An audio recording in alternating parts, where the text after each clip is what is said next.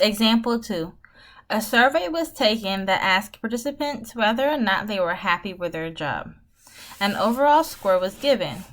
100 of participants were unhappy while 300 were happy. What percent were happy with their job? So, of course, we want to highlight that 100 were unhappy, 300 of them were happy, and we're solving for the percent. I can also write that down as notes. If we have 100 unhappy, and then we have 300 that were happy, the first thing I need to think about is what is my total or my whole number of participants. I know I can combine both parts to write 400 people total. 400 people total.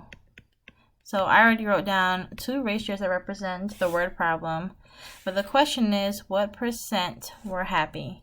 So using the same strategy as before, I'm going to draw a double number line. I am talking about the happy people, so I'm going to think about and use that ratio to guide me. So at the bottom I have percent, and at the top I will have people. 0% equals 0 people. I always want to start with my 0, with my 0%. And then all the way to the right, I can write 100%. And my 100% is equal to my total, which is 400 people.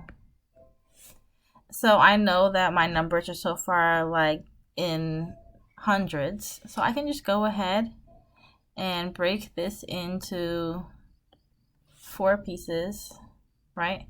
So from 0 to the first line is going to be 100 people. From 100 to the next line is 200. To the next line is 300. And then all the way to my total number of people in the survey, that's 400 people, which is equal to 100%. So now at the bottom, I have to divide 100 into 4 as well, which I should know is 25%. So I have 25, 50, 75, and of course, all the way to the right, I have my whole, which is 100%.